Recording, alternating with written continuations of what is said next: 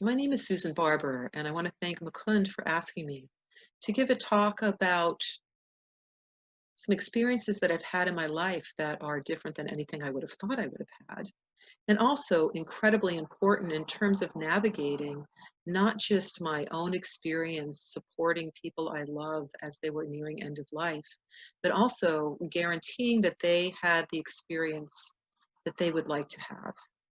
And I want to start. The first story is about my friend Bob, who was one of the closest people in my life. We were soulmates, if that's a word that has any meaning for you. And he was very ill. This was back in the early 90s. And we knew for some time that he was going to die. And we spent quite a lot of time. I was in my very early 30s, and this was not territory I expected to find myself in. But we spent some time, quite a bit of time, talking about what the end of his life might be and what he would like to have. And these were very difficult conversations. There were tears shed. This was a promise we had made to each other about being honest, despite the fact that he was really ill. And when it came time for him to be in the hospital, I went and joined him there. I stayed in the hospital with him for what turned out to be close to 6 months. And about 3 months into that experience, after I knew everybody in the hospital, I knew all the nurses, they would often come to me and ask me questions while he was sleeping or wasn't feeling well. He said to me one day, Susan, we have to talk about something because I've made some changes. And I said to him, what kind of changes could you have made? I'm here almost all of the time. And he said, well, we've had some conversations about my advance directives, and I just want to let you know that I'm no longer going to have you be my power of attorney for medical decision making. And that would have allowed me to make decisions for him when he was no longer able to represent himself, which was a known part of his illness. We expected this to be part of his illness. And I have to say, I was not happy about that. I was actually furious. And we had a big fight in the hospital room, in his hospital bed where he was, and me sitting in the chair next to it. There was tears, there was some yelling. And at the end of it, when I could calm myself down enough to hear what he was saying, he said to me something that I will never forget. He said, Susan, I want to make sure that if the time comes, and when the time comes, because it will, that you have to make a decision for me in terms of getting more medication or removing something that might be keeping me alive, that if I die shortly after that, that you don't spend the rest of your life thinking about or considering or regretting your decision. And I poo-pooed that at the time. I did not think that he should change me. I did not think that was a good decision. The person he selected was somebody that was more an acquaintance than a dear friend, certainly not a soulmate person. And 6 months later, almost to the day, when Bob was at the very end of his life, the nurse said to me, Susan, I think we should call this person in and see if she thinks we should increase medication or make any changes. And I could feel my heart just drop. I had been there every day. What I realized later is I could not tell the subtle changes that were going on because I was there every day. So we called this person in. She walked right into the room. I was sitting next to him. And she said, oh, yeah, he doesn't look comfortable at all. We should increase his medication. And I have to say, I felt relief. And 12 hours later, when we continued to administer that medication, when he died, it was a beautiful and very extraordinary moment for me anyway. I'm not sure what it was for Bob. And I felt such a sense of relief that I did not have to worry about this, that I did not make a decision, that his life ended in a peaceful, beautiful way, and that the medication we were giving him, the increase in that medication, that was out of my hands. And I have remained grateful all these years for that. Another thing that happened, though, was some years later, maybe 14 years after that, my dad was dying, and he was quite young. He was 67. This was very unexpected. He got sick in January, and I found myself at his home with my mother in October, very close to death for him. And I had tried many times during the 2 weeks I was there to have a conversation with him about what he wanted, and he refused all of those conversations. The only thing he wanted to know is if he was cremated, did we have to pay for an expensive casket? And I assured him we did not. So we were having a very difficult time, and two of my brothers arrived to help. And they had a very different idea about giving him the medication that was morphine to keep him out of pain and some Ativan to keep him as relaxed as possible. And they did not feel comfortable giving the medication, and they did not want it given.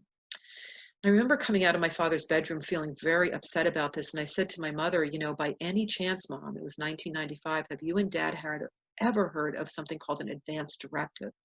And she looked right at me and she said, do you think because we retired to Kentucky, Susan, that we've become hillbillies? Of course we have heard of that, and we have an Advance Directive, both of us. And I said, Mom, where is this piece of paper? And she said, oh, it's in our safe down in the basement. She went and got it, and much to my shock, it was complete.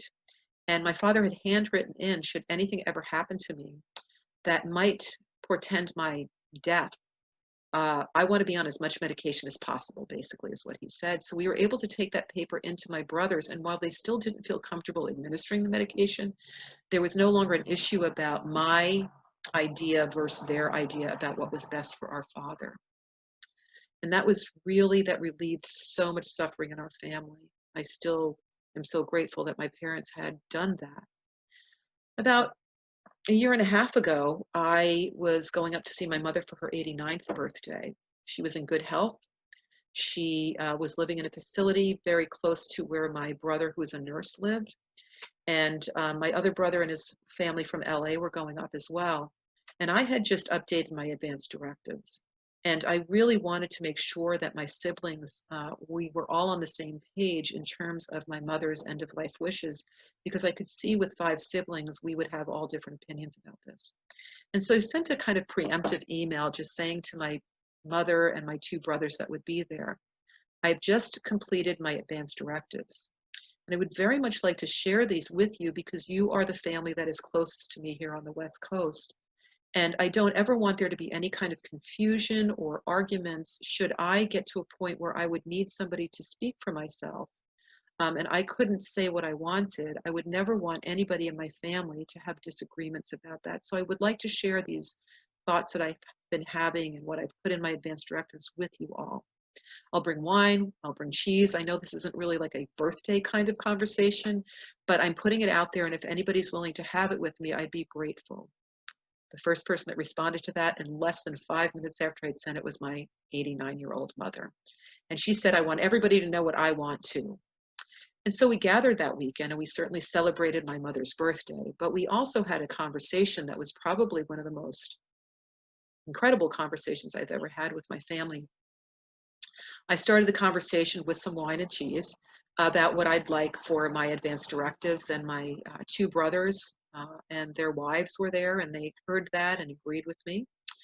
And then my mother went next, and she said some very, very clear things. I don't want to be in a hospital. I don't want tests. I don't want procedures. I want to be home. I want to be in my bed. I want to be comfortable, and I want to be out of pain. And the 3 of us that were there shared this with my other 2 siblings. Last September, it's June now, last September, my family gathered to celebrate my mother's 90th birthday. All 5 of her children, their spouses were there, 3 of her 4 grandchildren were there. We had a beautiful weekend together, and leaving that, the 5 of us all said, she's going to outlive all of us. There's no doubt about that at all.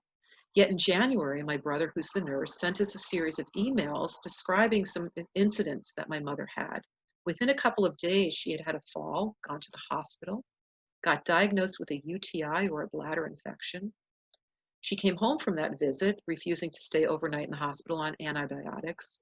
And within another night, she pulled the cord in her room at the facility she was living in, something she had only done 2 nights earlier when she had fallen. That was sort of the reason for the first trip to the hospital. She called the caregiver up again, and she said, I'm having chest pains, maybe a heart attack.